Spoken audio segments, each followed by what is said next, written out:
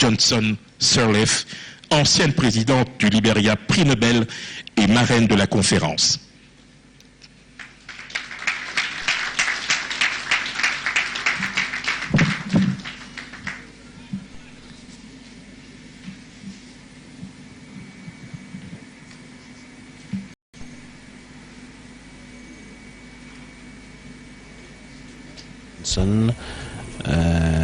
Ancienne présidente du Libéria, va donc prononcer le discours à l'occasion de cette conférence des hommes sur la masculinité positive. Je vous ai dit tantôt que le concept masculinité positive est donc partie de ces idées. Il faudrait faire participer les hommes et les garçons à ce combat contre les violences faites aux femmes. C'est possible de le faire parce que 98% des violences exercées sur les femmes viennent des hommes.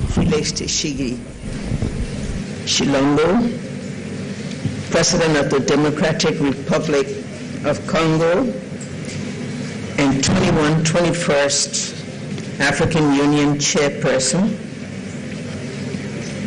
His Excellency Nana Akufo-Addo, President of the Republic of Ghana, an African Union leader on gender and development issues in Africa,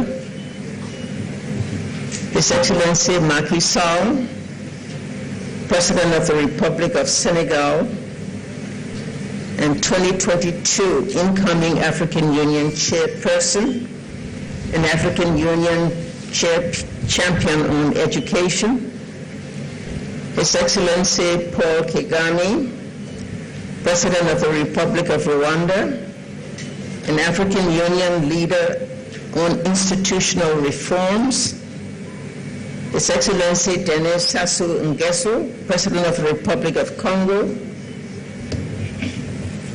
His Excellency Ford Nasingbe, President of the Republic of Togo.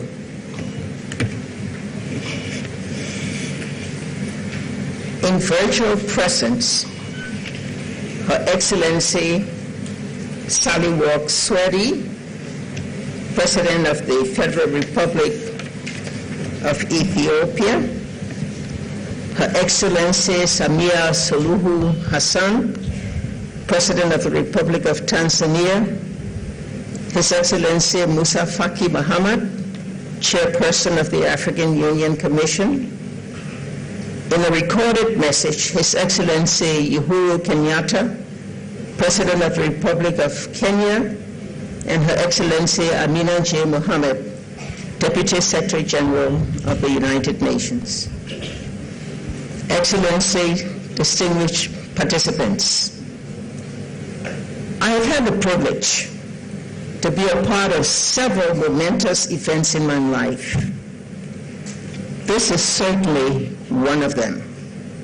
An unprecedented gathering of the most powerful men on the African continent.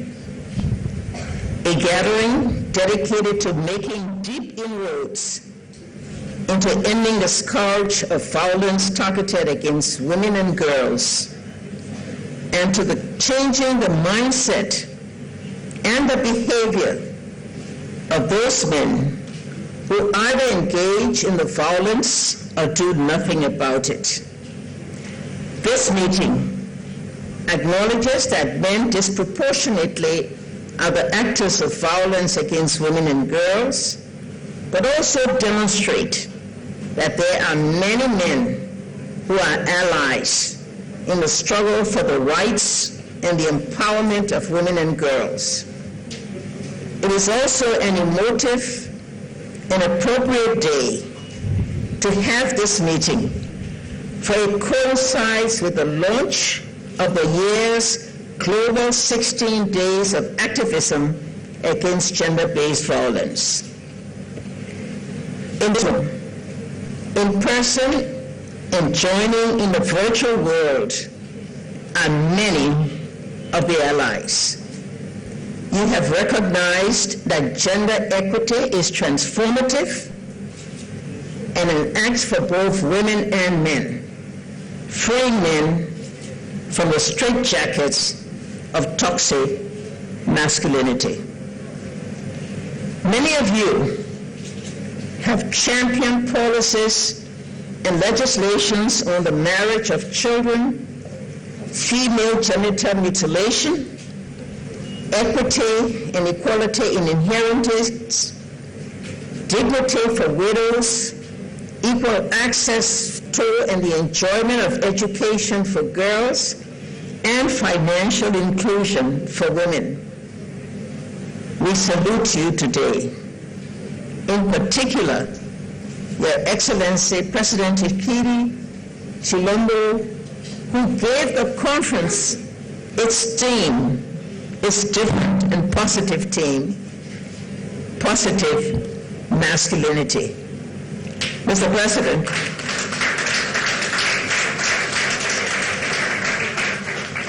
you took a bold step in agreeing to lead and host, and we must commend you for this. The conference is enriched by the consultations held before. Our thanks to all of those who participated over these several months to have this event materialize. My particular thanks to that long-time champion and warrior for women, Bineta Diop, and to Joyce Lensko for their untiring efforts. Excellencies, I made the call for the gathering in my capacity of patron of the African Women Leaders Network. So I'm not alone as I speak. I know that two of our current female African presidents will also address you. ALWIN is a movement of African women with chapters in many countries, including the one here. We are excited as we believe that this gathering is different from the many which have come before Beijing and after. We are reminded of the Maputo Protocol of 2003 and of the Solemn Declaration on the Equality of Men and Women of 2004. We also celebrate parity at the UN Commission. These are worthy of celebration. We believe that the spirit and commanding presence of the strong African women on whose shoulders we are standing and listening, they are today listening and hoping for something different. One of those women is Sophie Kanza, the first Congolese woman to gain a university degree. Her push for education for girls and her career, both at national and international levels, is a source of continuing pride. We believe that it is only you, Honorable Excellencies, Mr. President, who can use your leadership for change and for bringing action to scale. And we believe that your presence here today shows that you believe that ending violence against women and girls is a fundamental human right and a catalyst and foundation for the achievement of the Sustainable Development Goals and Agenda 2063. Excellencies, distinguished guests, we cannot discuss ending violence against women and girls in isolation of the context in which they live. I will mention three: COVID, conflict, and climate change.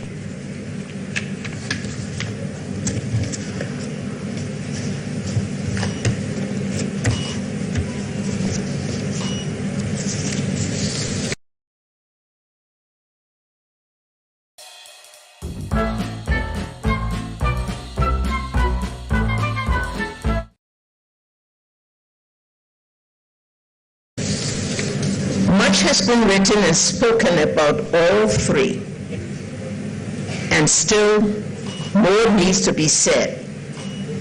And these are the three biggest threats to our very existence after inequality between men and women.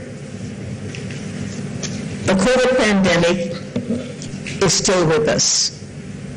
We are only able to have a hybrid meeting today due to a lull and to vaccinations. Although vaccine insufficiency continues to plague all of our countries.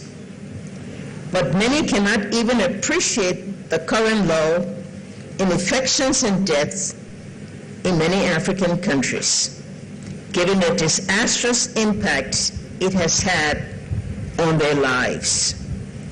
We have had pandemics before, and the country in Liberia, my own, has experienced the debilitating effects of Ebola. To prevent future pandemics, we need a reset of the international system, as called for by the Kikwete and IPPR reports. We must have a united voice for equality in vaccinations, based on an understanding that the virus mutates and grows stronger in the absence of a shared solidarity of innovations and protections. We must also call for recognition and support for health workers, the majority of whom are female. Like the heroines of past years, they are the coalface, laying down their lives to save ours. Most of our countries are plagued by armed conflicts. Our sisters and brothers are either displaced in their own countries or refugees elsewhere. I know how conflicts can devastate a country and sap the energy and potential of its people, and sometimes even changing the national characteristics and inuring people to previously unknown levels of brutality. Violence against women and girls are the trademark of armed conflict, using women's bodies as part of the battleground. I appeal to you today to do more to end these situations through dialogue wherever possible. COP26 has just concluded, and we hope that the hard-won agreements will be honored in reality and not in the breach. Africa is already facing huge challenges wrought by climate change. Our food security is vulnerable to challenges, persistent droughts, land degradation. Who has not seen the photos of women and girls walking increasingly long and tiring distance to find the wells are either completely dried or are yielding more mud than water? Young people are placing the blame squarely on our shoulders, on your shoulders, and calling for future-proofing for themselves. We must listen and take action. Excellencies, 3 of our countries have exceeded or are close to parity in parliamentary seats, but this is not enough. One of my main regrets is that I did not see more women gain legislative seats while I was in office, but some of it was beyond my control, as it was the purview of political parties to field their chosen candidates in the absence of legislation requiring a quota. I am an advocate of quotas. The slow pace of women reaching public and also private sector leadership requires many types of affirmative measures. I have therefore decided to dedicate the rest of my life to supporting women to smash glass or concrete ceilings.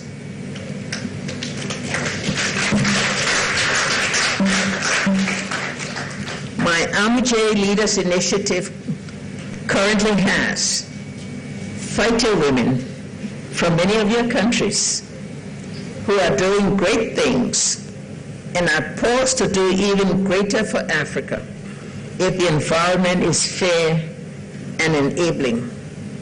I dream of building a physical center in the hope of using it as a place where women and male allies can gather to discuss strategies, learn, and take action for the promotion of women in leadership at all levels in the society. In this regard, I thank those of you who kindly took part in one of our campaigns, the Have Her Back campaign, launched by the Center. We are still gathering some commitment to this, and I hope others will follow to join this effort. Excellency, as I close, let me ask, on behalf of the women, for three things. One, please take the outcome of this unprecedented conference to the next African Union Summit in 2022.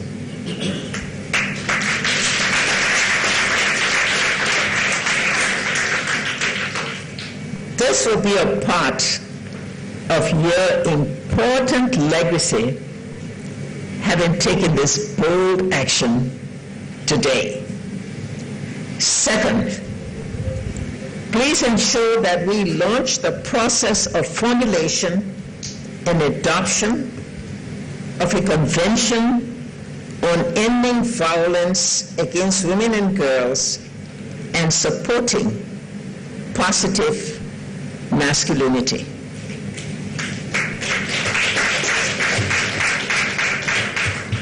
Third, I ask that this be the last meeting of this sort. I know this sounds shocking, and while we would like to sit with you in many more meetings, but we believe that if you lead and if you act, there will be no need for there to be another reconvening of a meeting of this sort. Excellencies, I'm honored and grateful. On behalf of the women of Africa, I look forward to your strong commitments, and once again, we applaud you for this bold and daring action of today. Thank you very much.